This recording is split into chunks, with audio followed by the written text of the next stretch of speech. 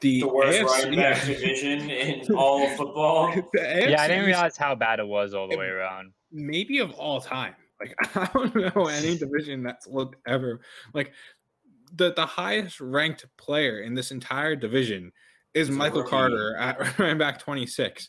I mean, I'll just run through it real quick. You're about to hear a lot of gross names, though, so you might want to hit the 15-plus skip button real quick. But we've got Damian Harris, RB32, Ramondre Stevenson, RB50, Sony Michel, RB73, James White, RB75, J.J. Taylor, RB80. On the Bills, Zach Moss, RB33, Devin Singletary, RB44, Matt Breida, 94. On the Dolphins, Myles Gaskin, 28. Garrett Doak, 72, Malcolm Brown, 76, and then on the Jets, you've got Michael Carter, 26, Ty Johnson, 64, Michael Pirine, 62, and Tevin Coleman, 71. Guys, that's a lot of names of just like, I don't want them on my team kind of running backs. Like, I'm trading them for whatever value I can get. There are two guys I like.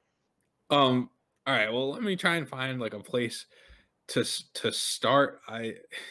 Let's just start at the top. Let's start with the Pats. This is one of the two guys I like. I mean, I could start. I think Damian Harris I have ranked as the most underrated running back in this division. To have him ranked 32nd overall at running back is a joke. This offense, like Frank said, is a good running offense. I think it will continue to be. I think Bill Belichick, he's a smart coach, obviously. A lot of people think he's the best coach of all time. He knows that his team needs to run the football to be successful, and he has 5 running backs here that are all going to touch the ball, and I think Damian Harris is the best of them all. I think we saw it last year when he got a significant amount of touches, he produced. He really had some really nice games, and I think he will continue. He comes from that Alabama offense, and he transitioned. He missed most of his rookie year, and now he's starting to pick up steam, and I think running back 32 is just way too low for this guy. I would have him somewhere around probably running back 26, 25, 26 up there, move him up 7, 8 spots. And I think that's more likely where you'll see him finish. He's going to get the touches in this offense over Sony Michel, over James White, over J.J. Taylor. The only guy I'm worried about is Ramondre Stevenson taking goal line from him, but that's about it. And I think Damian Harris is pretty good around the goal line. So, yeah.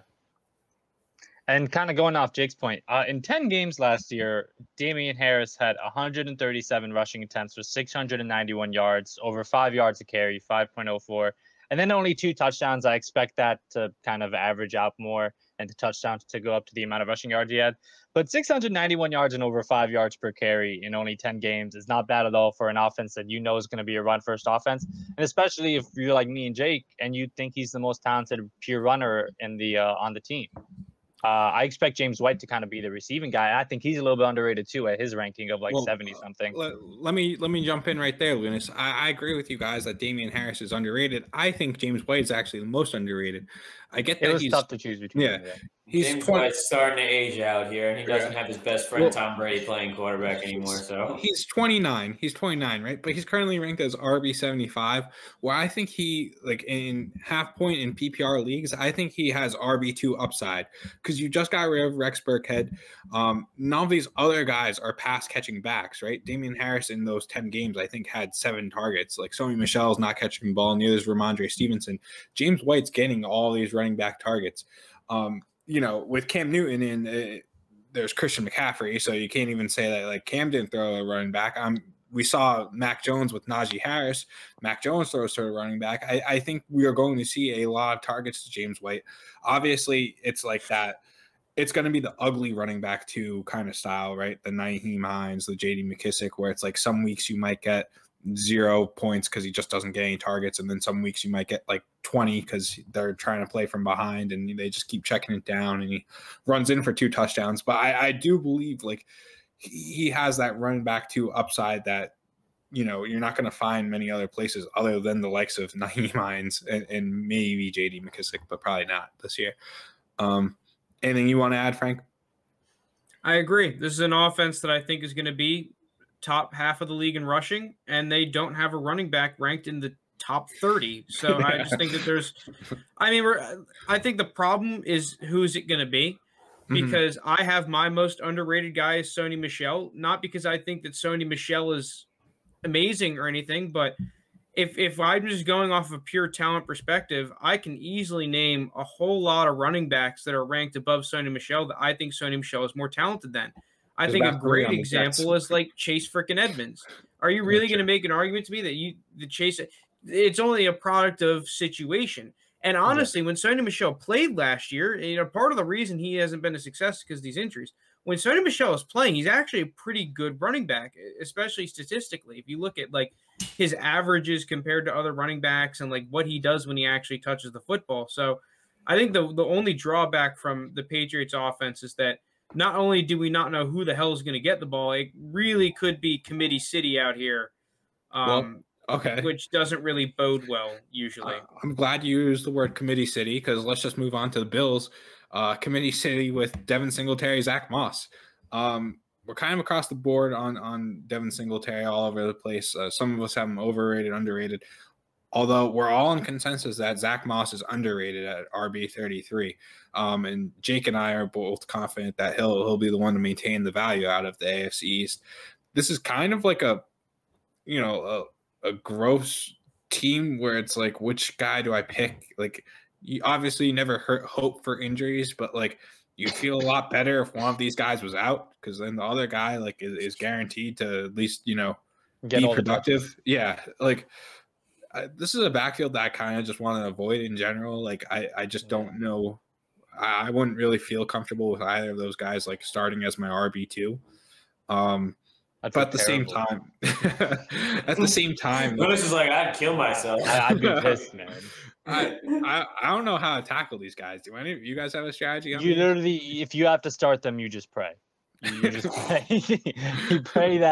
You pray that randomly Singletary catches like a 5-yard pass for a touchdown. You pray that Zach Moss gets like goal line carries. I like Zach Moss. I think Zach Moss is a very, very good player, and I think he's a guy that if he's given the opportunity, I think can really thrive. I mean, I think Devin Singletary is going to fill more of that passing back, and Moss can be more of that thunder, that power back, just because he's a bigger back. And I think you pair him with Josh Allen, who's obviously a threat to run from the quarterback position, to go along with Diggs on the outside, and they brought in Emmanuel Sanders, and they still have Beasley and Gabriel Davis and all these wide receivers. And I think, he's a guy that's going to get lost in that offense, and I think he could kind of benefit from it in terms of people aren't going to be game planning to stop Zach Moss by any stretch of the imagination.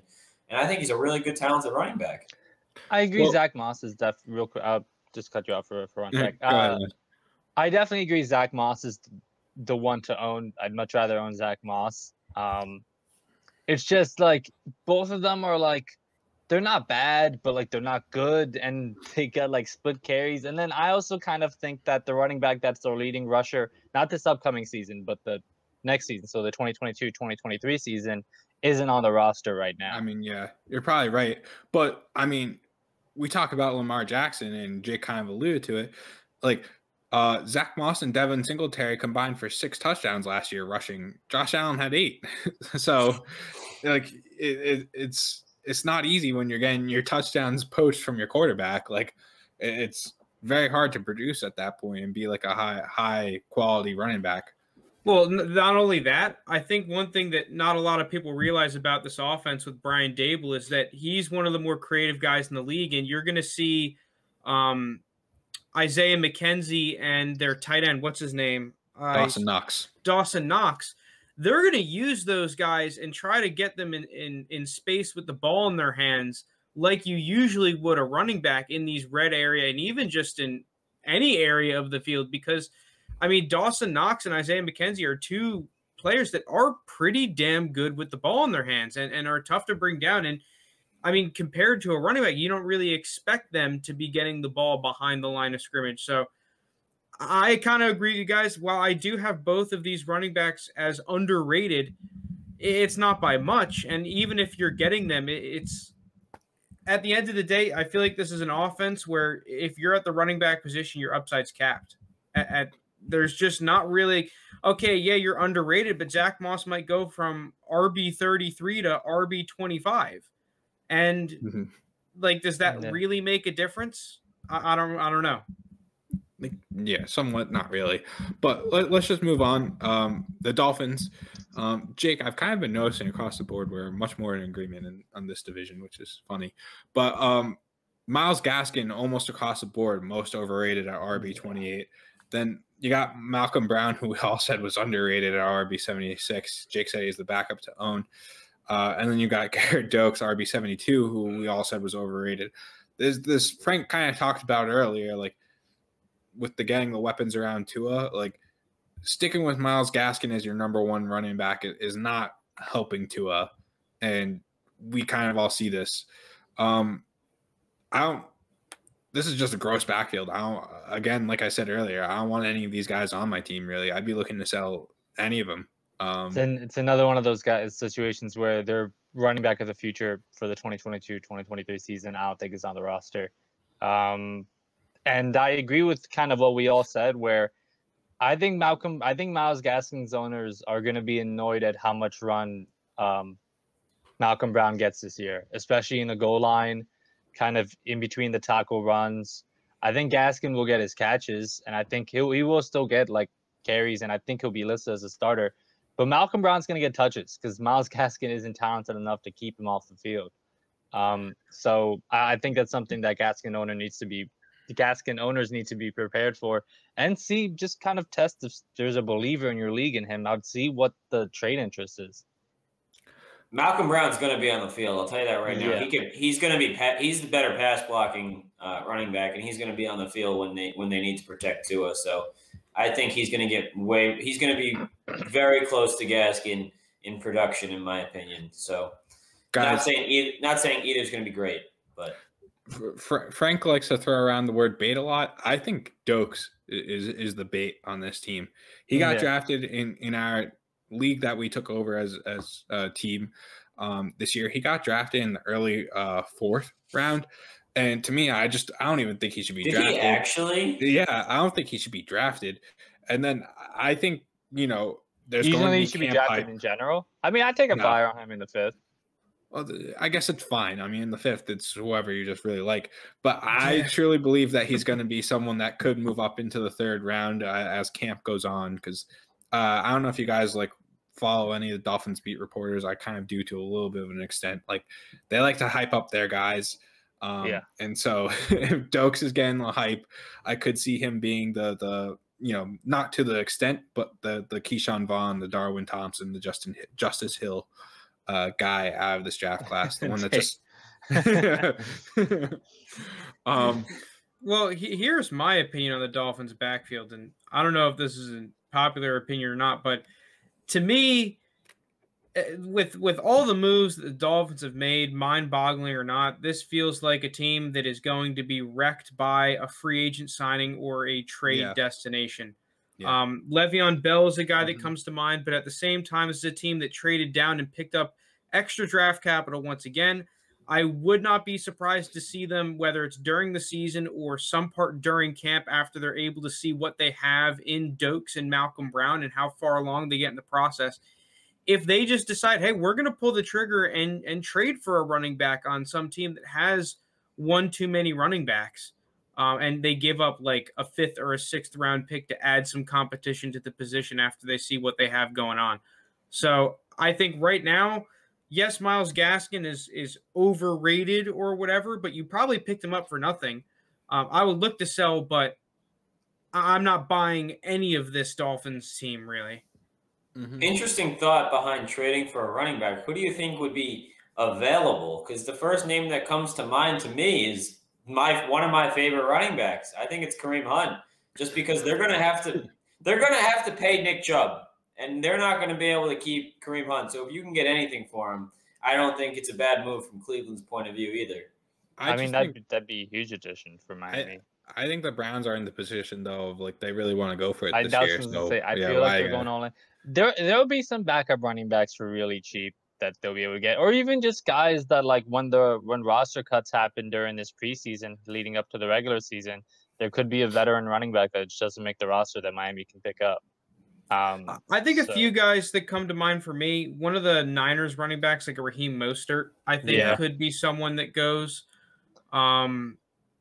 I doubt one of the Patriots running backs, but maybe a Sony Michel if they just want to move. I doubt they would trade him in division though. One of the Houston backs. But they like Lindsey, Ingram, and David Johnson. Well, they assigned Lindsey. I think that they're if it's like anyone's David Johnson, I think they keep him. But yeah, let's instead of speculating, let's just move on here. Well, the one thing I will say though is what you guys just did was perfectly sum up. Like, if we're worried about Raheem Mostert like potentially ruining Myles Gaskin's like value, like it's just a backfield you don't want. Speaking of backfield that I don't want, we have the Jets. Michael Carter, Jake, and I both said was the most overrated. Lounis actually said he was underrated and was most confident would maintain his value. There's also Ty Johnson, Michael Pirine, and Tevin Coleman.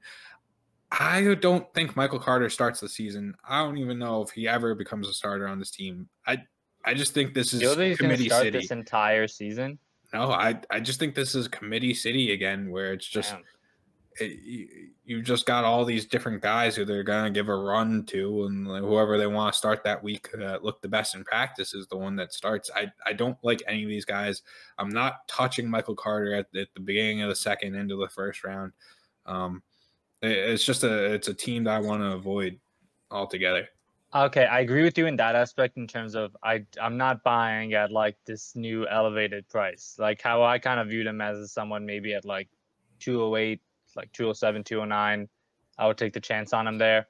I'm not taking him early second. And it's with the receivers and Sermon there, especially in the late first. But I'm fine with that running back 26 rank. I guess the main difference between me and you is I think he's going to be the starter. Maybe not week 1, but I think probably about like week 4 or 5. I think he's going to be a starter. I don't think it's going to be like a workhorse situation or anything, but I expect him to be the guy to get around maybe like 15, 16 touches a game. And that's a lot of touches for a 4th round pick. Yeah, what's his competition? The 6th round pick and the undrafted free agent. Like it's I think he's just more talented than those guys. Even though I like Pirine, I did list him as a running back to him because I think he's going to be kind of the change of pace guy there. But listen, I like Michael Carter. I had him graded as a very high running back prospect on my board pre-draft. I just the hype that he's getting is just crazy. Just people are thinking he's automatically going to step in and be the starter just because of the backfield that's around him. But there's guys like Pirine, even Ty Johnson played well last year. And then they signed a vet in Tevin Coleman who's going to get a few touches a game. Like, it's just he's going to get a few touches a game. So as long as he's healthy, obviously, which has been Tevin Coleman's Achilles heel his whole career. But I'm not saying anything bad about Michael Carter, the player. I just don't like him at this value. I think at this value, he's way overpriced.